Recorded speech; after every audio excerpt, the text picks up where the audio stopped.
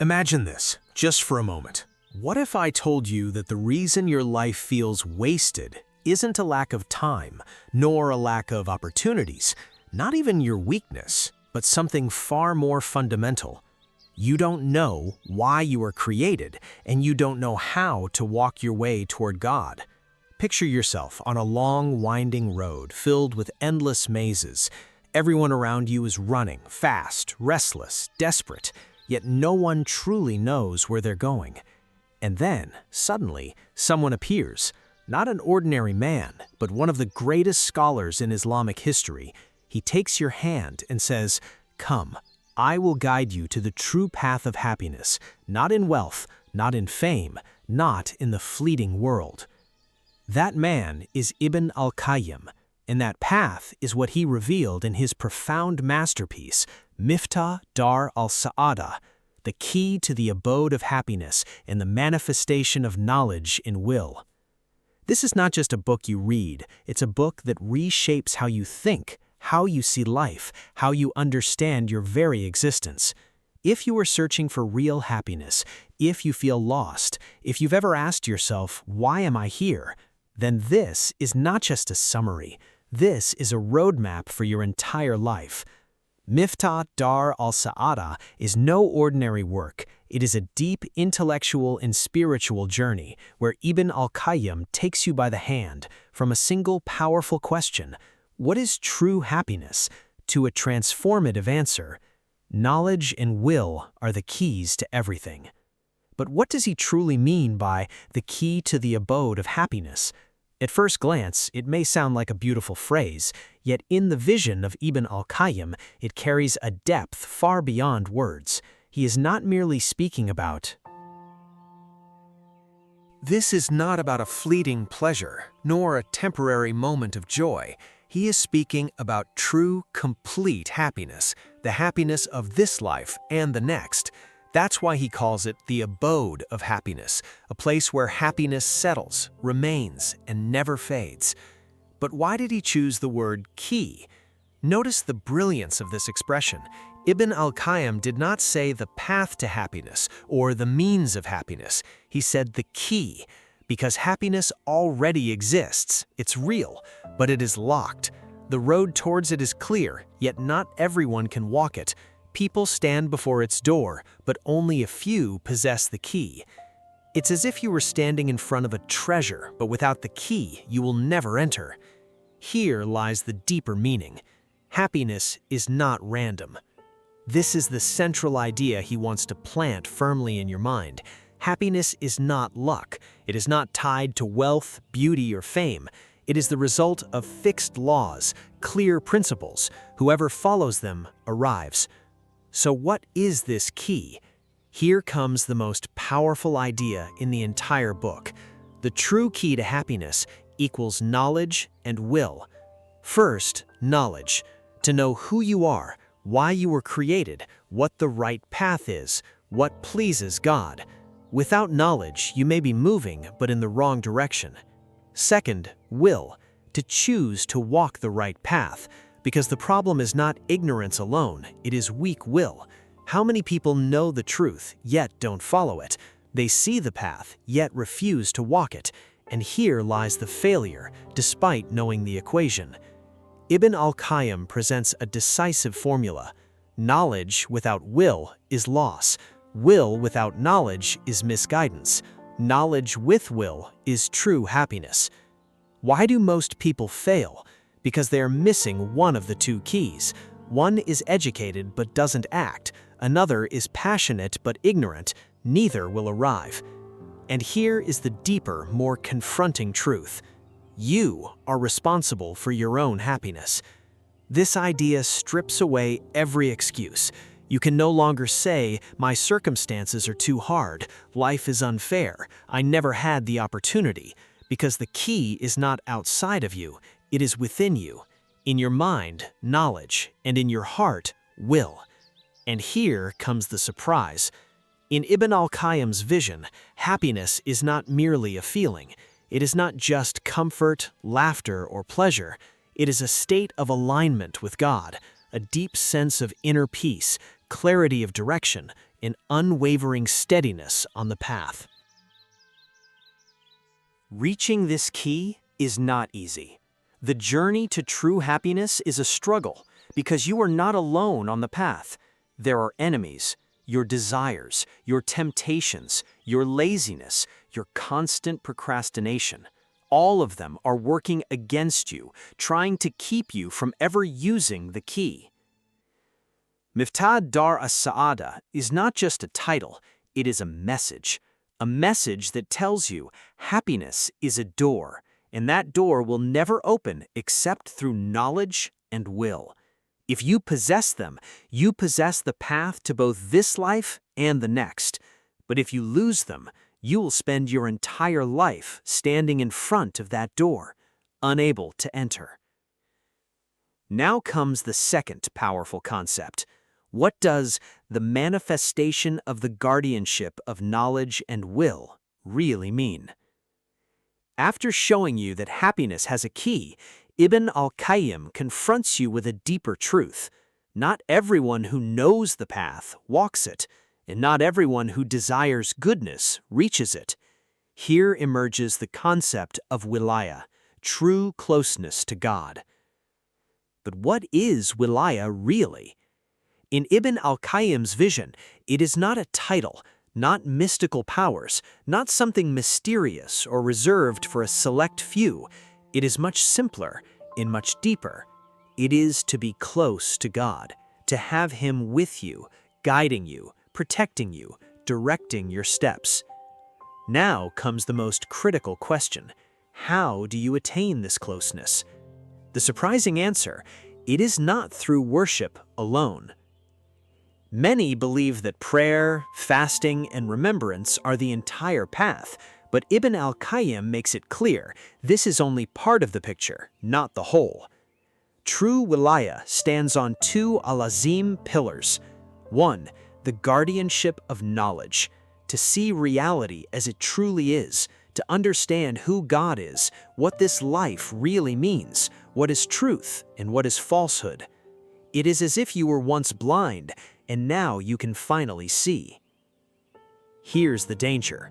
Without this kind of knowledge, you may worship God incorrectly. You may follow falsehood while believing it is truth. You may spend your entire life chasing things that have no real value. The most dangerous part, you might be sincere, yet completely misguided. Number 2, the guardianship of will. After you recognize the truth, a harder question remains. Will you follow it? This is where will comes in, the power to resist temptation, to abandon what is forbidden, to remain firm upon what is right. This is the real battlefield. Ibn Al-Qayyim reveals that the greatest battle in your life is not with people, not with circumstances, but within yourself. It is the conflict between what you know is right and what your nafs desires. And here lies the explosive truth. Here is the painful truth. How many people know that prayer is obligatory, yet keep delaying it? How many know that sin is forbidden, yet continue in it? They know the path, but they never walk it. The problem is not knowledge. The problem is a collapsed will. So why did Ibn Al-Qayyim unite knowledge and will together? Because one without the other is a disaster. Knowledge without will. You know, but you never change, and that knowledge becomes a proof against you on the day of judgment. Will without knowledge. You feel driven, but you go astray. You move, but in the wrong direction. Knowledge plus will. You recognize the truth, and you have the strength to follow it. That is the formula of real success. Now here's your compass. How do you know you're on the right path? Ask yourself, am I seriously learning my faith? Do I apply what I learn? Do I struggle against my nafs? Do I resist my desires? If the answer is yes, even imperfectly, then you are on the path of closeness to God, even if you feel small. But beware, there is a dangerous trap on this journey. Ibn Al-Qayyim warns of a terrifying illusion. to believe you are doing fine, while in reality you are standing still. You are not learning, not changing, not growing. And that is more dangerous than falling, because at least the one who falls knows he must rise again, but the one who is stuck in illusion never even tries. The manifestation of the guardianship of knowledge and will is a loud declaration, a wake-up call. Not everyone who lives is saved. Not everyone who worships arrives. Only those who learn the truth, choose it, and walk it with consistency are the ones who truly reach, remain, and find lasting happiness. And now, after you've discovered the key, after you've seen the path, a more critical question remains. Why do most people still fail, even when the path is clear? That is exactly what we will uncover in the next part. This is the only path, but Ibn Al-Qayyim makes it clear, it is not the whole picture. True closeness to God is built on two essential pillars. First, the guardianship of knowledge. Second, the guardianship of will. The guardianship of knowledge. It means to see reality as it truly is, to understand who God is, what life really means, what is truth and what is falsehood. It's like being blind and finally seeing. Without this kind of knowledge, you may worship God incorrectly. You may follow falsehood while believing it is truth. You may waste your entire life chasing things that hold no real value. The most dangerous part, you might be sincere, yet completely misguided. The guardianship of will. After recognizing the truth, one question remains: will you follow it? This is where will comes in, the ability to resist desires, to abandon what is forbidden, and to remain firm in obedience. This is the real battle. Ibn Al-Qayyim reveals that the greatest struggle in your life is not with people, not with circumstances, but within yourself, between what you know is right and what your desires pull you toward. Here lies the painful truth. How many people know that prayer is obligatory, yet delay it? Know that sin is forbidden, yet continue? Know the path, yet never walk it? The problem is not knowledge, it is a broken will. That's why he unites knowledge and will, because one without the other is disastrous. Knowledge without will, you know, but you don't change, and that knowledge becomes a proof against you. Will without knowledge, you feel driven, but you go astray. You move, but in the wrong direction. Knowledge plus will, you recognize the truth and have the strength to follow it. And here, true closeness to God begins. Now ask yourself, am I seriously learning my faith? Do I apply what I learn? Do I strive against my inner self? Do I resist my desires? If your answer is yes, even in small steps, then you are on the path, even if you feel insignificant. But beware of the most dangerous trap, to believe you are doing fine, while in reality you are standing still. You are not learning, not changing, not growing, and this is more dangerous than falling, because falling can wake you up, but illusion keeps you asleep. The manifestation of the guardianship of knowledge and will is a powerful declaration. Not everyone who lives is saved. Not everyone who worships arrives. Only those who learn the truth, choose it, and walk it are the ones who truly reach, remain, and find lasting happiness. And now, after discovering the key and understanding the path, a deeper question remains. Why do most people fail, even when the way is clear? That is exactly what we will uncover in the next part. How do you live the key to the abode of happiness? Ibn Al-Qayyim did not write this book to impress you. He wrote it to transform you. So the real question is, how do you move from someone who knows to someone who lives?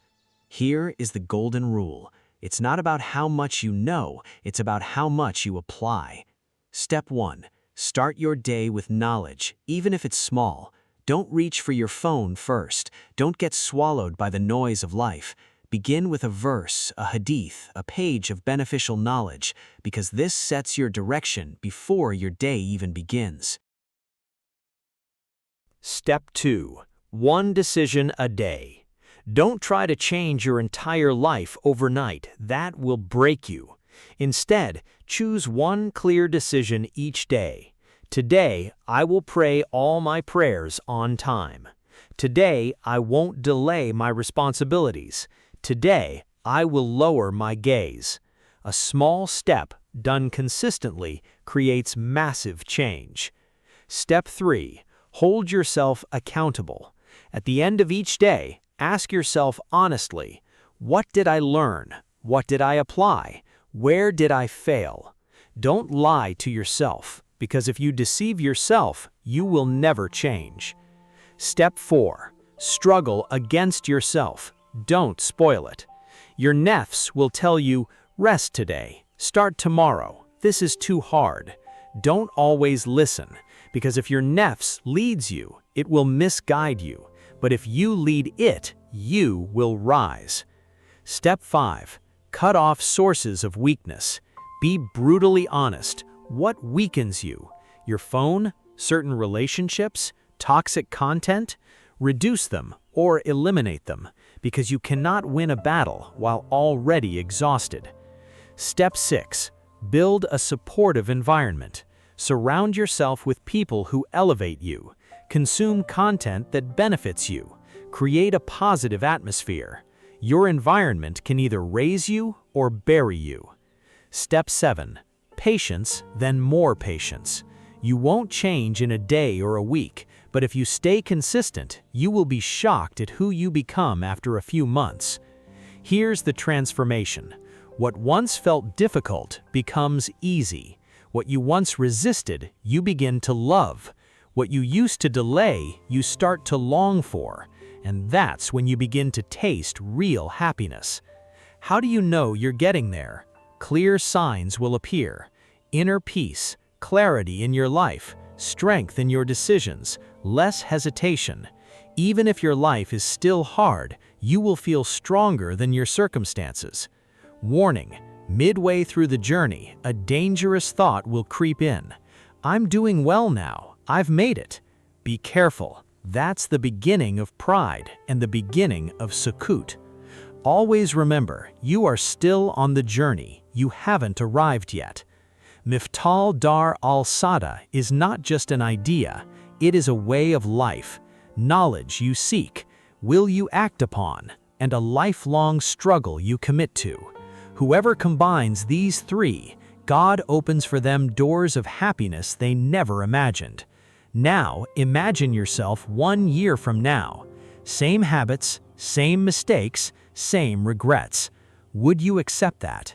Or do you want to become someone different, stronger, closer to God, and truly at peace? The decision is not tomorrow. The decision is now. Write in the comments, I started today.